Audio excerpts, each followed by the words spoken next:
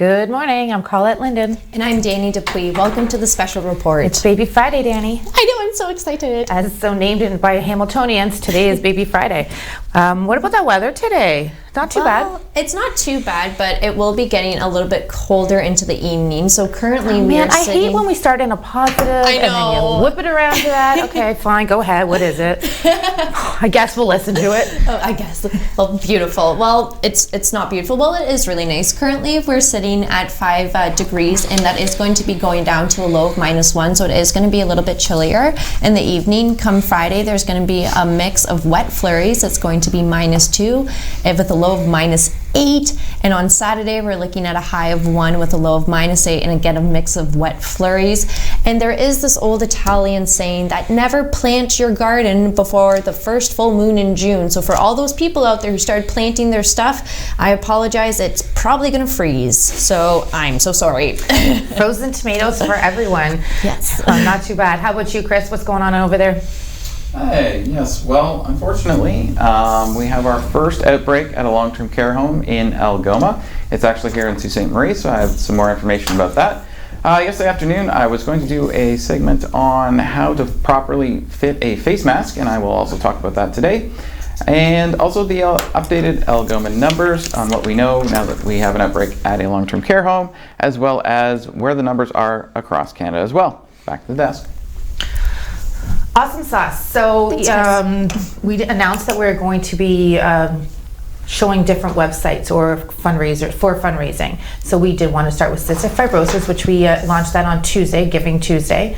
Just want to remind you to go to www.cysticfibrosis.ca to make your donation. And we will be changing out our fundraiser this afternoon. So make sure you're there. Yeah, we gotta figure out and pick another one. And there's lots in Sault Ste. Marie. Lots. For sure. The tag, was it tag? Yes. Yes, so we'll look into that as well. Yeah. So how were you yesterday? I apologize I wasn't here, but I'm back today, baby. Oh no, it was good. Chris and I started off in the morning, and you know what? It feels weird sometimes. Oh, I do miss you when you're not here. I'm just, I'm that anchor, right? Right. Anyways, we'll be right back shortly. We do have to cut to a commercial break. Today we have our hashtag In This Together SSM video with Amanda Lambert, who we did talk about. She has the Strong Minds of business, and she's doing an online platform. So today we'll be talking about her platform, as well as reminding you that her run is Saturday morning. So here we go to a commercial break, and we'll be right back.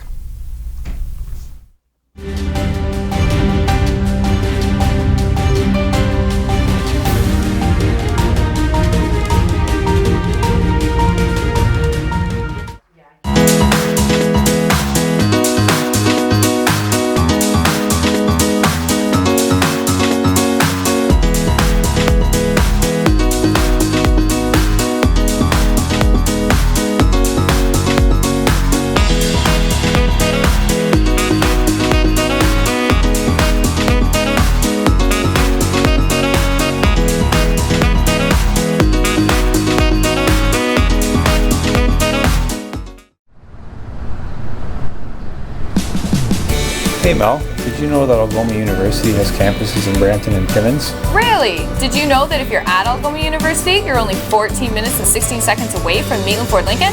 Oh wow, closer than you think.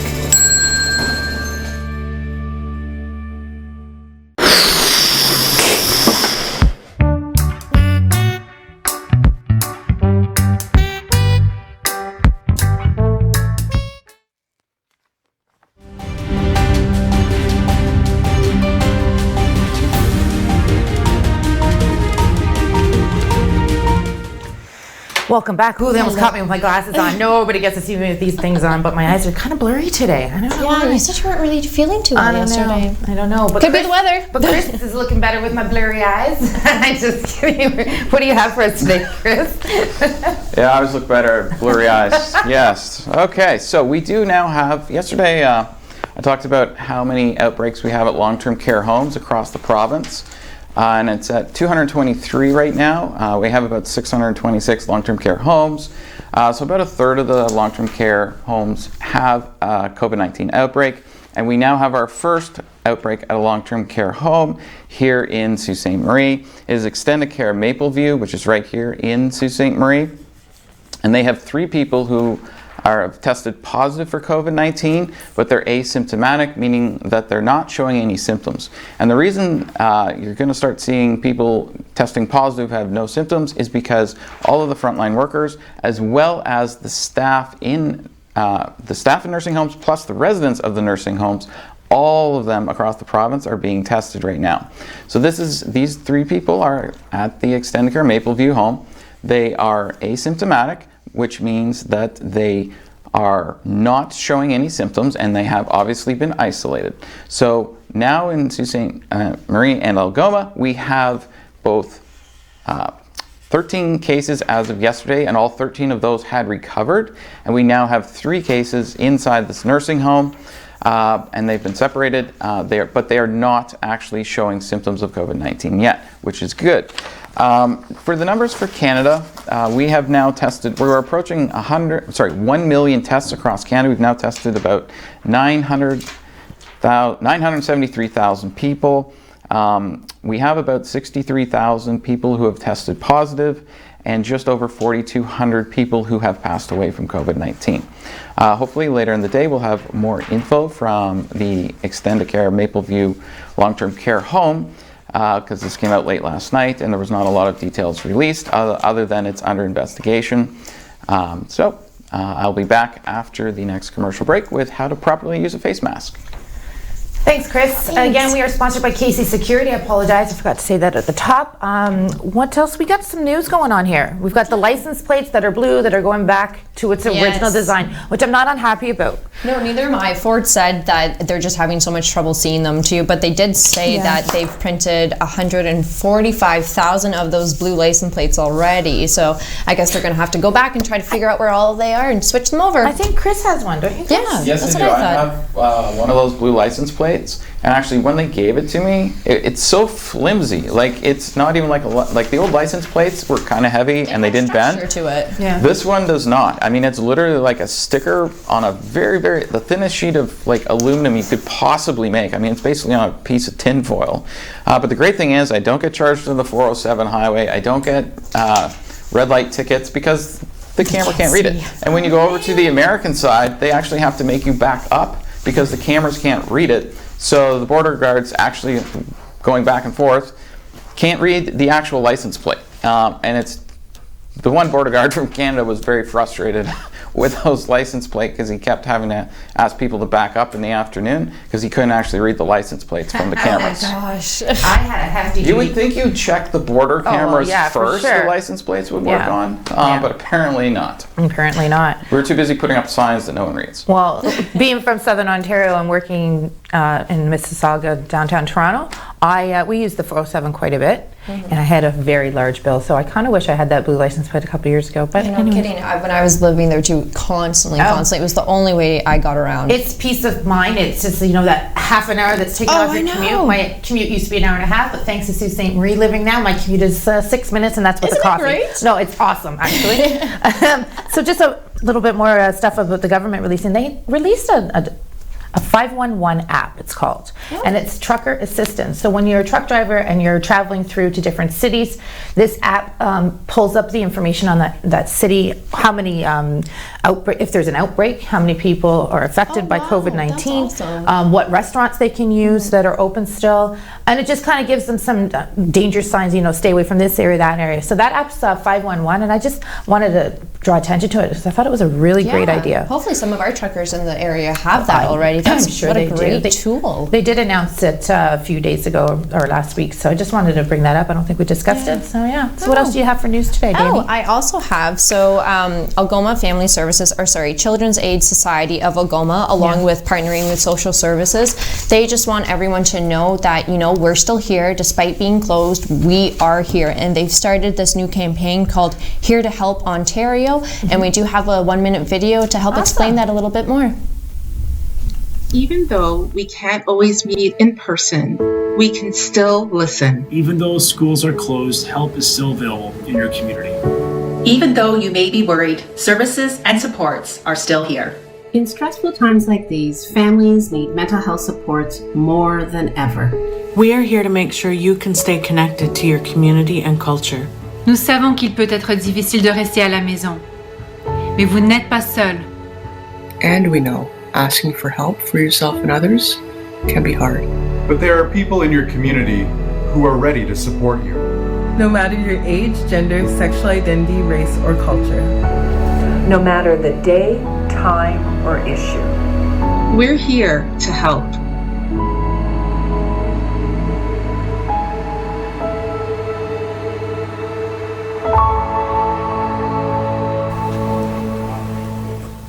Nice. There we go. Yeah, they got everyone from all over the region to help with that video, so it's good to know that you guys are there for us. That's awesome. And in community news, we just want everyone to know that with the government's announcement yesterday in regards to extending the emergency electricity relief for families, farms, and small businesses, that's now been extended until May 31st. So individuals who are still doing the time of use electricity rate, that's still going to be the lowest until, again, May 31st. And hopefully they...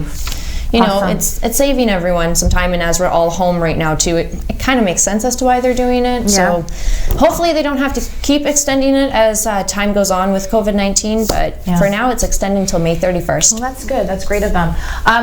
Saw a press release that came across the other day. I thought it was interesting that there's the deaths, fatalities are up since being at home and in the quarantine, and it's up 51 fire fatalities between January 1st and May the 4th.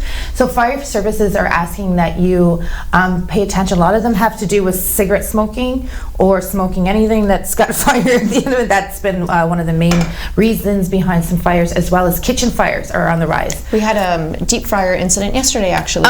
Were you making chicken wings? I'm not sure what they were making, but the deep fryer was unattended and half the kitchen went up. Oh yeah, anything deep fried should be done outside. But anyway, so there's been a few fatalities around the area as well. So just pay attention, and that's what I wanted to get out there. What perfect. Do you have a video that you want to get out? I do. I have a few pictures. So in paying attention, has anyone have a look outside to all the wonderful teddy bear news going on with our bows and bears? Yes. My son and I do look for them. Another image from Mandy Fuller, who every single day she's changing it up. So the other day she put this out with her teddy bears and got creative with Santa, that they're all going for a little ride. And then the following picture that we're going to show too, they are fishing for smelt. So she's being super creative and changing that up every day for everyone. And even it was raining last week, and she still put her teddy bears out there and just to show off to everyone. Nice. So it's really great, and you know what? It's fun, it's entertaining, and it's just a nice community event, you know, for the kids to do something, and they don't go outside and play as much, right? So it's like they're involved, they're getting around. I took Dante out for the first time since before March break. We went into Subway, and he was weird. He's just kind of like looking around. There's tape on the floor. He's like, I don't know, Mommy. He looked kind of scared. So yeah, I mean, this kind of takes the kids. Now. The kids know what's going. They all obviously know what's going on, and it is scary for them, right? So, just want to remind you again that we are sponsored by Casey's Security. We have sports today to announce. Yay! Lots of sports. We're getting there, Dani. We're actually going to have a nice segment maybe in about a week. Yes. But we'll get to sports and go back to Chris after this commercial break.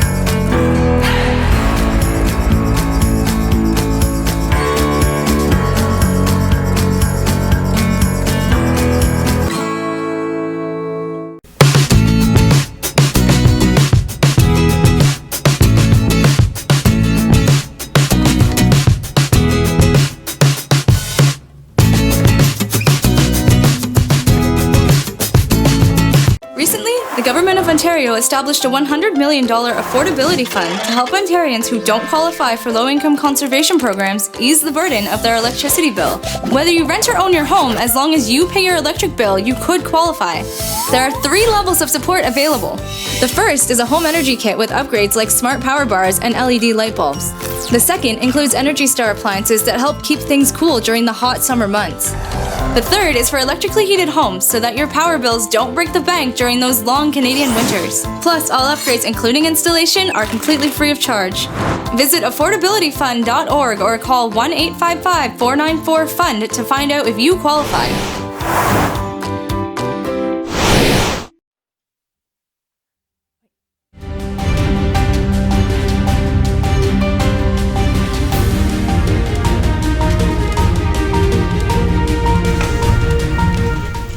Welcome back. We're sponsored by Casey Security, who are keeping everyone safe in the zoo. Thank you for that. Just a little bit further to that fire story I was talking about, the marshal that's saying, you know, be careful with home fires. A lot of it had to do as well with people who were trying to sterilize their masks and putting it in the microwave, which was causing a fire. So because some of them have the wiring in them too. And I just wanted to mention that little tidbit. And actually, it's a great segue to you, Chris. You have some masks updates. Yes, thank you very much. Over the last few days, I've mentioned a couple different things about homemade masks. One is if you can blow through the mask and put out a candle, it's not thick enough. And also, yesterday I talked about adding a coffee filter in to make a mask thicker between 2 pieces of fabric. So I'm going to clear up a couple different questions that people have about homemade masks. So first, where and when should I wear a mask? Well, you should wear a mask when physical distancing isn't possible. So if you're going to the grocery store, for example, you should wear a mask. If you are in your own home, you don't need to be wearing a mask. If you're driving your car, you don't need to be wearing a mask. However, if you're caring for someone in your home who's ill, you should wear a mask. Also, how should I wear a mask? Okay, so there's a couple different things to point out here. First off, the top of the mask should be on the top of your nose and should extend all the way down to below your chin. And it should be tight. So what you're trying to prevent is the respiratory droplets from coming out of your mouth and nose and spreading. The idea is that it gets caught on the inside of the mask. And this is also another very important point. When you're wearing a mask, designate one side of the mask to be the inside where your nose and mouth are and one to be on the outside. Your mask should be made of cotton or another fabric. So for example, make it out of a t-shirt. You can use an old bandana. A scarf works well as well. Just before you sew it together, test to make sure that you can't do the candle test and you can't blow out a candle. If you need to make a mask thicker, let's say you have a t-shirt and you're trying to make a mask, and you blow through the t-shirt and you can blow the candle out, what you should do is take that one piece of fabric from the t-shirt, then put a coffee filter in, then put another piece from that t-shirt and sew it together. Now another couple things. If you make your mask out of something that is machine washable, you can then wash it over and over and over again, and if you wash it in detergent, it will clean the mask. Still, you should have one side of the mask that's considered the inside and one the outside, but masks are washable if they're made out of cotton or other fabrics. However, the N95 masks that you've seen on TV that people talk about all the time, they're particularly used in healthcare settings, they can be cleaned at a very high temperature. The homemade masks made of fabric cannot be microwaved to a very high temperature to clean them, nor should you put them in your oven to try and get them to a high temperature to clean them. It's a different type of fabric that's used in an N95 mask than what is used that you're making for your homemade mask. So the only way to clean them is to actually machine wash them. Ideally, if you can have 2 or 3 masks and then wash them in with your laundry every couple days, then you'll always have a clean mask to put on each day. However, if you're not going to make your own and you want to buy one from someone else, no one should really be charging more than $20 to $30 for one of these masks. If you see someone charging you $100 for a mask, they are ripping you off. Also, on the Algoma Marketplace, you can actually buy masks now from a new vendor that just came on yesterday. So if you go to Algoma Marketplace, you can actually buy face masks in packs of 10. So then you can have a new face mask every day. Then you can just wash those masks, and you can then have a fresh face mask every single day. Plus, you'd have multiple ones for more than just one person in your family. And that is the end of my segment. Back to the desk. Thank you, Chris. Chris. I appreciate that update, as does everyone else. So we can move on to some sports if you'd like, Dani. I would, but do you mind, before we do that, on top of Chris's amazing explaining people don't put your mess in the microwave, we also have Old 55 tattoo company owner Josh Smithers to show us how to properly take off gloves. Here we go.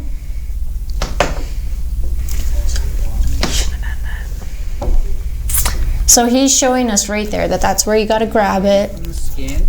You're then going to pull off your hand away and bunch that glove up in your other hand. You're then going to take your clean hand and go skin on skin at your wrist, sliding up underneath, hooking the glove off of your hand, not touching the inside. Then you're going to again bunch this glove up. They are now inside out, meaning that the outside is not contaminated. If you don't have a garbage or anything, you are able to put this in your pocket. You are able to put this on a surface or anything you need until you can get to a garbage.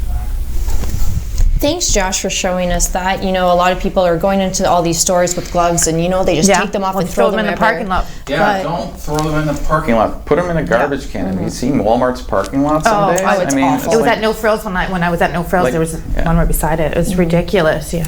Just ridiculous. Well, that's a great video. And 55, what was it? Old 55. So awesome that he's doing all this stuff. And that little package he gave us with the button pusher, I use it at the elevator. Isn't that phenomenal? Yeah, it's really cool. And you can use that on your debit machines as well. He's delivered really cool. 40 of these packs, and he's assembled 125 of them already. Yeah. But sports slowly moving back. Well, absolutely. Slowly. There's talk of it. Mm-hmm. So the CFL, though, just before we get to the sports coming back, the CFL has requested $150 million from the feds to help them. They're going to be bailed out. I know they had financial issues in the past, so I'm not too sure what's going to happen with the CFL, but the Canadian Premier League is also asking the government for $25 million to start that back up. So I guess the conversation around that is, are they eligible for this COVID-19 funding from the government, our sports teams? So that could be a very big conversation that we could maybe get into later today. But I think it's a great idea. Well, yeah, I mean, I will point out, though, that they make a lot of money, these professional athletes, and yes, they're great at the craft, but, you know, maybe they're not essential workers either, so maybe we start looking into lowering some of those salaries of these professional sports. However, we love our sports. NHL is about to go back on the ice May 15th, NBA May 8th. These are for practices. And Bettman had an interview with Ron McLean, most recently, I think it was 2 days ago, and they were talking about bringing the playoffs back, picking 4 cities, but they have to accommodate using an NHL arena. They don't want to have, like the Pee Wee. They're not going to use something like the Pee Wee, right? They want to use the actual stadiums or arenas for the NHL. Well, they even got to be careful, like, where they're changing, how they're coming on the ice, everything. What they're going to do to that is use more than one change room, and as Chris was actually telling us earlier, their coach will be connected through some type of earpiece or a video so they can talk to everyone in the change room. But yeah, so that's coming back. I don't know about going back to the playoffs and those 4 arenas, but we'll have more for you on that. This is Mental Health Week, and we had the privilege to interview Amanda Lambert earlier this week. The first interview we did with Amanda aired on Tuesday, and that was with regards to her Saturday, May the 9th fundraiser for her 5K run. She is a local steward. She is a really awesome person who's doing so much for this community, and her business Strong Minds offers a platform for anyone struggling with mental health issues, and I'd like to share that video with you right now.